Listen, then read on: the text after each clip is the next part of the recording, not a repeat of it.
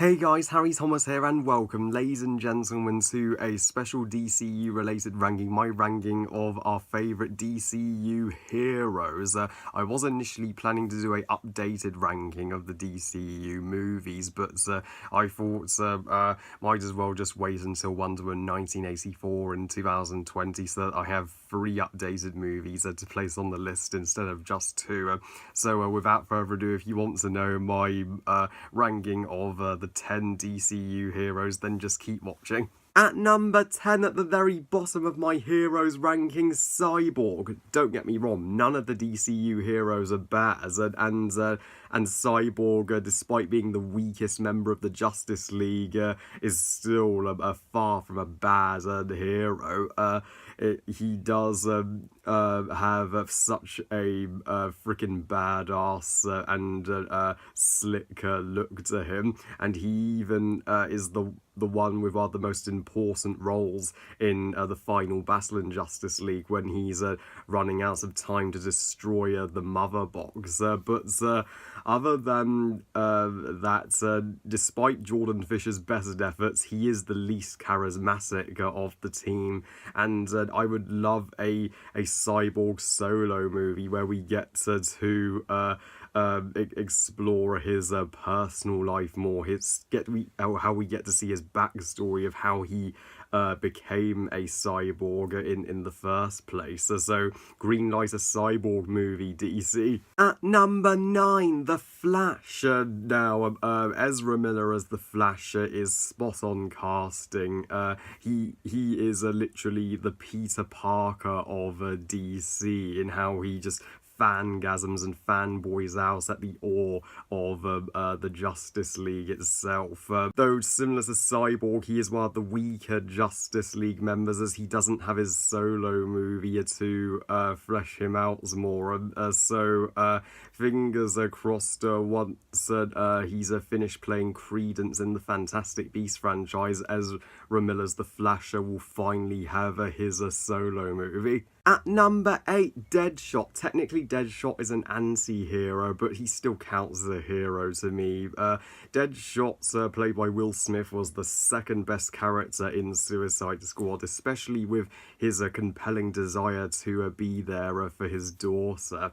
Yeah, even Suicide Squad haters have to admit that Deadshot rocks. At number 7, Shazam, the newest DCU hero to enter the franchise. And Shazam, he is a symbol of hope, and he does inspire Billy Batson to go out and make things right to those who are suffering, and to just make Billy's life all around better, and to help search for his mother.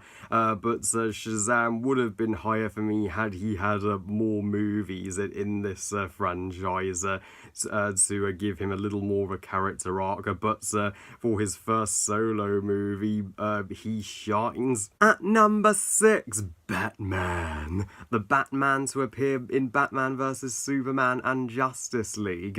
Ben Affleck's Batman is tied neck and neck with Will Arnett's Batman from the Lego movies as the best Batman ever put to film. He's better than Christian Bale. He not only nails Batman's voice, appearance and character down to a freaking T, but he's a far deeper and more conflicted Batman than what we often see. I defend the decision to have Batman occasionally kill some villains, like when Batman is taking out the henchman to rescue Martha in Batman vs Superman. He didn't have a choice there. It was self-defense. They wouldn't have let him live, and also he needs to realize that Superman isn't his enemy. At number 5, Superman. This Superman has literally launched the DCU and the Justice League itself.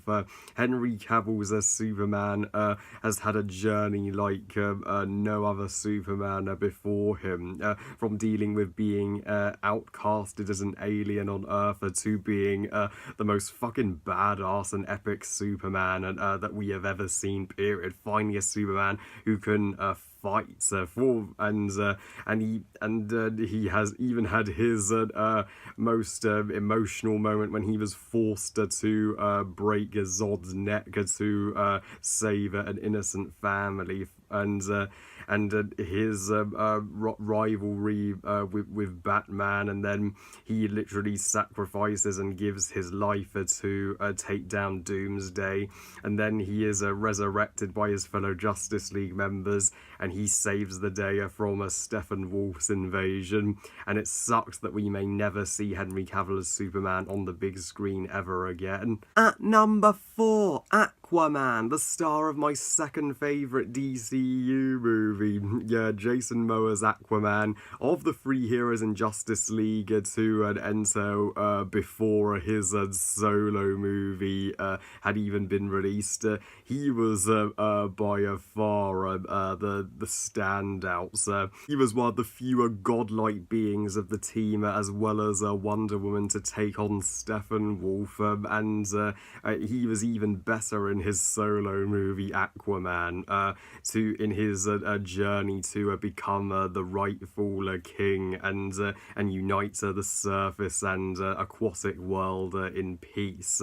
And he's one of the few DCU actors we still have, so an Aquaman sequel has thankfully been confirmed with the billion-dollar success of the first movie. He also gets to do some fun flirting with Wonder Woman when he's like, you're gorgeous and amazing, when she uses the lasso of truth on him. Yeah, I was thinking the same, buddy. At number 3, Harley Quinn. Margot Robbie literally nails Harley Quinn's voice and her batshit crazy personality, and makes her the most lovable and charming anti-hero, period. She even gets rights Harley's lines like, puddin' and we're bad guys, it's what we do. And her flashback scenes with Jared Leto's Joker were some of the most awesomest parts of the movie.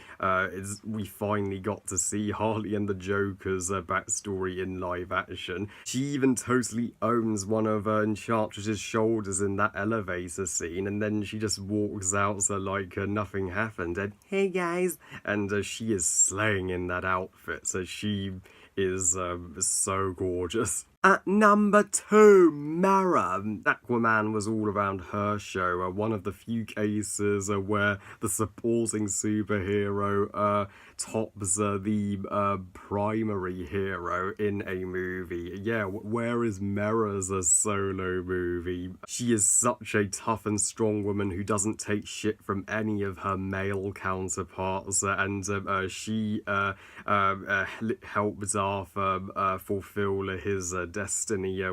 Without her, he was have been fucked, and she is a drop-dead gorgeous queen, literally. Yeah, and this role put Amber Heard back on the map. Yeah, I cannot wait to see her return in Aquaman 2, and maybe even a Mera solo movie. And the number 1 best DCU hero is Wonder Woman. Yep, she is still the queen of the entire DCU. Just as Diana herself is a goddess, a Amazonian from Themyscira, Gal Gadot in real life is a goddess among actresses. Man, and she is my truest celebrity crush, and yeah, Diana herself, she's one of my favourite movie protagonists in general. She is a perfection as a coming-of-age hero. She leaves her safe homeland of Themyscira and leaves her mother behind her to face Ares and rescue humanity from World War I. And she realises through Steve Trevor's sacrifice that their humans may have bad qualities, but they have far more good qualities, and are capable of redemption. And she was also by far the front and center of Justice League. And yeah, and she was leading the boys into battle. She has the most confrontations with Steppenwolf, and she's the one who defeat him by breaking his axe into. I am more than pumped to see her return in Wonder Woman 1984, her sequel in 2020. Just bring on a Wonder Woman trilogy, Patty Jenkins. Stay tuned for the following ranking, which shall be for the DCU villains. Well, I love you guys. Thank you all for watching. I hope you guys enjoyed this ranking. And who is your favourite and least favourite DCU hero? Please comment and let me know. Please like this video and subscribe. Please follow me on Twitter and on Google Plus and on Instagram. And I'll see you all next time. And remember, movies are us. Bye, guys.